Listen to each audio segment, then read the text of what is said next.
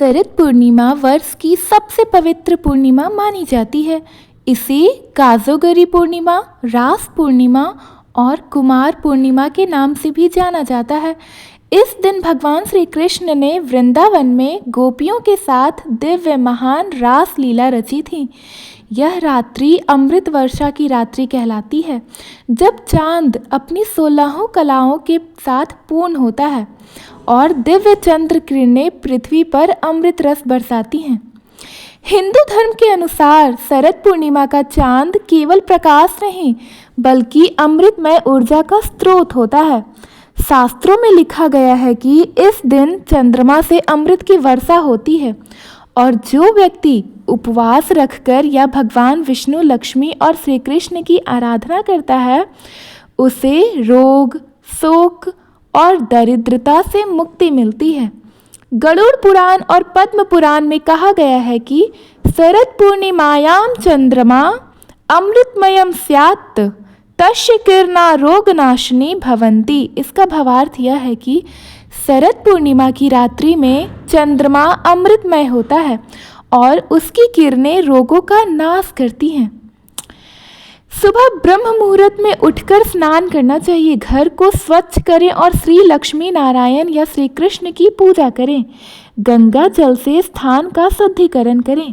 दीप जलाकर मंत्र जप करें। ओम ह्रीं श्रीं क्लीं महालक्ष्म्याय नमः। शरद पूर्णिमा का व्रत बहुत फलदायी माना जाता है। दिन भर उपवास रखें। रात्रि में चांद की अमृत वर्षा में बैठकर भगवान का ध्यान करें। इस दिन दूध और चावल की खीर बनाना सबसे महत्वपूर्ण परंपरा है, क्योंकि यह माना गया है कि इस दिन चांद की किरणों से खीर में अमृत का संचार होता है। इसलिए खीर को खुले आकाश में रखकर चांदनी में रखा जाता है। रात में 12 बजे तक यह खीर अमृत खीर बन जाती है। सुबह इसे प्रसाद के रूप में ग्रहण करना शुभ माना गया है। चंद्रमा शीतलता और अमृतत्व का प्रतीक है। इस रात उसकी किरणों में सूक्ष्म औषधीय ऊर्जा होती है जो खीर में जाती है और यह शरीर को निरोगी बनाती है। भागवत पुराण के अनुसार जब चंद्र पूर्णिमा का दिवस आया और पूरा ब्रज चांदनी में नहाया हुआ था, तब श्री कृष्ण ने अपनी मुरली बजाई। वृंदावन की गोपियाँ अपनी अपनी गृहस्थी छोड़कर उस मुरली की ध्वनि में खींचती चली आईं। वहाँ उन्होंने देखा श्री कृष्ण एवं नृत्य स्वयं कर रहे हैं, पर हर गोपी के साथ एक एक श्री कृष्ण विद्यमान थे। यह था महान रास लीला, आत्मा और परमात्मा का मिलन। यह रात्रि केवल ब्रज की नहीं, पूरे ब्रह्मांड की प्रेम लीला थी। गोस्वामी तुलसीदास जी ने भी लिखा है कि शरद पूर्णिमा की रजनी में हरि रचत रास अपार, गोपी हृदय में गोविंद बसे, प्रेम सुधा अपार। अर्थात शरद पूर्णिमा की रात श्री कृष्ण ने वह रास रचा जिसमें प्रेम की दिव्य धारा बहती रही। इस दिन देवी महालक्ष्मी पृथ्वी पर भ्रमण करती हैं और देखती हैं कि कौन जाग रहा है। जो व्यक्ति रात्रि में जागरण करके भगवान विष्णु और लक्ष्मी माता का नाम स्मरण करता है उसे लक्ष्मी जी का विशेष आशीर्वाद प्राप्त होता है। को जागृति इसका अर्थात है कि कौन जाग रहा है। इसी से इस पूर्णिमा को जागरी पूर्णिमा कहा जाता है। लक्ष्मी जी का मंत्र है ओम ह्रीं श्रीं लक्ष्म्याय नमः। ओम महालक्ष्म्यै च विद्महे विष्णु पत्नी च धीमहि तन्नो लक्ष्मी प्रचोदयात्।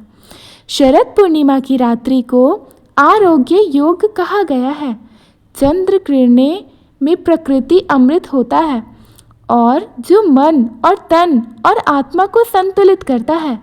चंद्रमा की ओर देखकर ध्यान करने से मन में शांति और चित्त में स्थिरता आती है।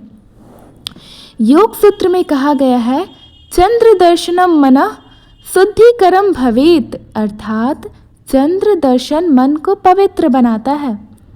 घर के मंदिर या खुले आंगन में चौकी बिछाकर भगवान श्री कृष्ण की मूर्ति को रखें।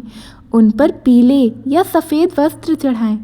फूल, तुलसी दल, धूप, दीप, नैवेद्य अर्पित करें। खीर बनाएं। दूध को धीमी आंच पर उबालते रहें जब तक गाढ़ा ना हो जाए। उसमें चावल, चीनी और इलायची डालें।